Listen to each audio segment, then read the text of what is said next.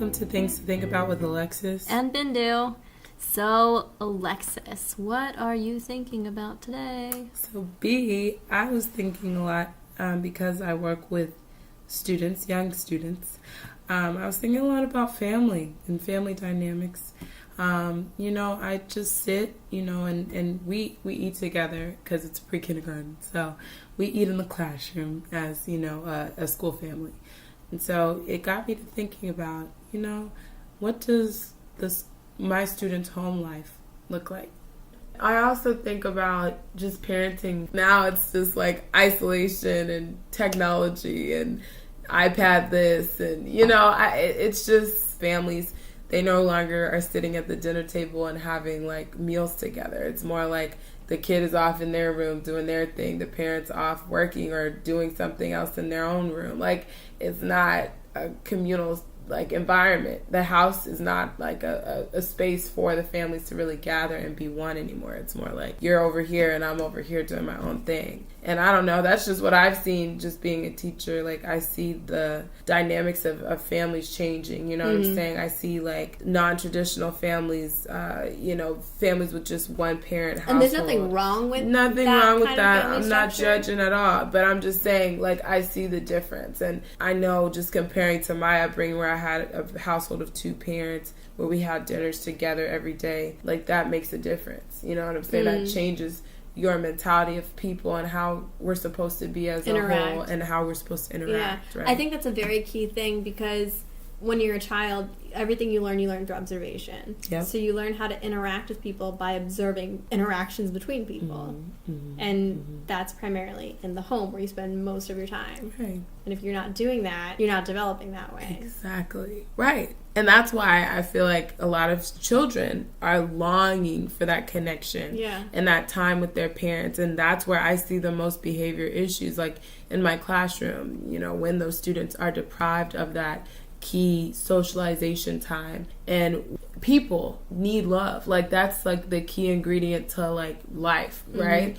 And if you deprive somebody of communication, of social contact, of that love, they become monsters. They become, not human, not feeling empathetic human beings, right? Like unfeeling people. So that's not what we want. Yeah. In order to resolve that, you have to have some type of community that talks and can be with each other and be conscious together. Even play has become something that you do in a room by yourself. Right. Like, so I was working with my students and they like just met and they kind of hit it off. And they were like trying to exchange information on their phones and I was like, oh, what are you guys doing? Right. And they're like, oh, we're like signing them to like this like video game chat room thing. And I was like, why? And they were like, so we can talk to each other while we're playing video games at our houses. And I was like, so you're going to play your video game at your house, and you're going to play a video game at your house, and you're going to be chatting the whole time. And they were like, yeah, so what happens is like, you're going to like it's like you'll be able to hear the video game sounds and hear them talking at the same time. I was like, oh my god, wow, it's like you guys actually went to each other's houses and played video games together. Just like physically not there. I was like, when I was your age, yes, I do say that. When I was and your it makes age. me feel like incredibly old when I say that. Oh man. But I was like, when I was your age, if I want to play video games, I went to my friend's house. Yep. We played them in person. Don't even play video games. Drop the video games and go play flag football or something. Just do something. I think there's something to be said about just having genuine interactions and, non-technologically based interactions with people. Like, I don't know. It's just something unique about that. And I think we're just losing that. Like, my favorite memories as a kid was, I remember it was like summer vacation or something, and we would play like flashlight tag. That's exactly. At like 10, 11 o'clock at night out in the cul-de-sac. Yes, exactly. Like, best childhood memory. Best, right? It's the best thing. Manhunt and all that, like, hide and seek, just fun stuff, Tea party with, teddy bears and, use your imagination. I think that builds your cognitive abilities as a child, right? We're losing that. We're losing that because, they're giving us everything. They're giving us images and putting them into our heads. They're making it too easy. Right. Where's the creativity aspect of it? Like, we should be creating these images ourselves in our heads and playing it and acting it out like we used to do back in the day. Like now they just have it all for them. And I think that just loses the beauty of it, of childhood, of play, of learning in a unique and genuine, organic way. And now it's all... And I feel like even the toys that you associate with creativity, like Legos. Oh, yeah. Right? When we were kids, Legos, you just bought the blocks. Yeah. And that was it. That was right? it. And you just built whatever you wanted to build, go from there. Nowadays, all the Lego sets come, there's a thing that you're building. Oh, I know. It's not free-fold creativity, do whatever you want. Right. It's you already have the goal in mind. They even provide you exactly what the plans on how to build it. You're just following steps. Yes. Right, B. It's not like you can think about what you would want to build, like if it's a castle or a house, whatever. Yeah. Like you said, you're given the manuscript. Like you're given the goal. The goal. It's crazy. It's so crazy. You're so right. Like it's crazy. They had the little Star Wars Lego set I saw.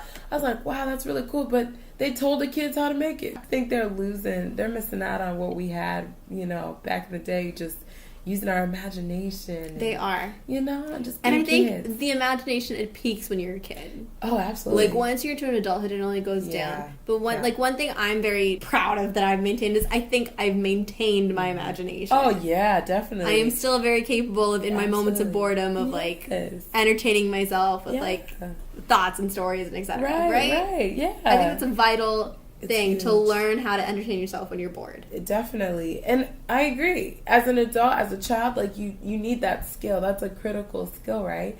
And the only way I think we can work with kids right now is to have an imagination, right? Because they sense that, and I think they feed off of that creative ability, and then they can think of possibilities, and they can think of learning as a fun thing, right? Like it's what do you call it? Playing with things in your head. Right. Absolutely. That's what learning is. It is. It really is. Exploration. It's so crucial. And you need to give a child the opportunity to be bored. One of my friends, so he has a child, and he's trying to limit the technology his child has access to. Mm-hmm. And he said, I want my son to be bored. Because, and he's a writer now, right? He said, I did not discover my love for writing or my talent for writing until I was bored and I did it and I tried it. Wow, that's right? deep. So it's like you have to give them the time to where they have to entertain themselves. Yeah, that's a really good point. And they have to explore these things and find all this stuff for themselves. Absolutely. Because we cannot spoon feed them everything. No, we can't. No, we do an injustice to them. It's not effective if you spoon feed them everything. No, exactly. Like if you give a child a writing assignment, they're less likely to fall in love with it than if they discover it on their own. Yes, absolutely. I guess piggybacking off what you just said, how do you feel as though you discovered your interests? Were you in a bored space? I think my interest, especially as a child, was reading. Okay. Right? Yes. Now I'm in school and I don't do that for fun anymore. Oh, goodness. But growing up, it was reading. And I don't think it was necessarily out of boredom. Mm-hmm. It was just my mom was in school. My dad was working. Mm-hmm. He didn't want much of a mess around the house. So toys were minimal. The thing that I had endless access to was books. Mm-hmm. And so it wasn't that... It was just there, right? No one was pushing me to read them. No. I was just, bored. Right. I guess. There's no other way for it. That is super funny. Yes. I was an only child. Right. They had things to do. Yeah. The books were just lying around. So let's read. Yeah. I guess that's how it started. But it's good to figure out how you discovered your love of reading or any interest you have. You know what I'm saying? What about you? That's what I was when you were saying that. I think when I was a child, I really loved to draw and anything artistically inclined. Like I love to write. I've always loved to write and journal, write stories, short stories especially. And that love, I think it did come from that quiet time. You know, my parents were advocates of play. Like we, every house we had a huge yard, Mm-hmm. So my brother and I would always be running and ripping and all that stuff. But when we're inside, we weren't watching videos all day. We were playing, and that activated my imagination. And so I could write stories about, like, princesses and, just different things. Yeah. I don't even know, goofy tales about teenage kids going through stupid stuff. Like, I had that space, and, I had the time. And my brain was working in those times. Like, when I was drawing, different types of people and coming up with characters like freehand, just, whatever. Yeah. And I think that frees you from where you are. It makes you, again, a better human being because you can see the world from your own eyes. Lens. In a different lens. From your own eyes, but from a different lens. Yeah. You know what I'm saying? And I don't know. I think we're missing that. We're missing that with these kids. Thank you, Alexis, for sharing your stories related to your own experiences. I think you do wonderful, amazing work with these preschool children. Guys, she's an amazing teacher. I've gone into her class. It's adorable. Thank you, B. Those kids are really lucky to have you. Thanks, B. And thank you for all the wonderful things you're doing for our future. Thank you so much for first off coming to visit my class and read to them. She was amazing, y'all. I really appreciate you, B, just taking the time out to invest in our future and just taking the time to just care about people. So thanks, B. And thank you guys for listening to us as always.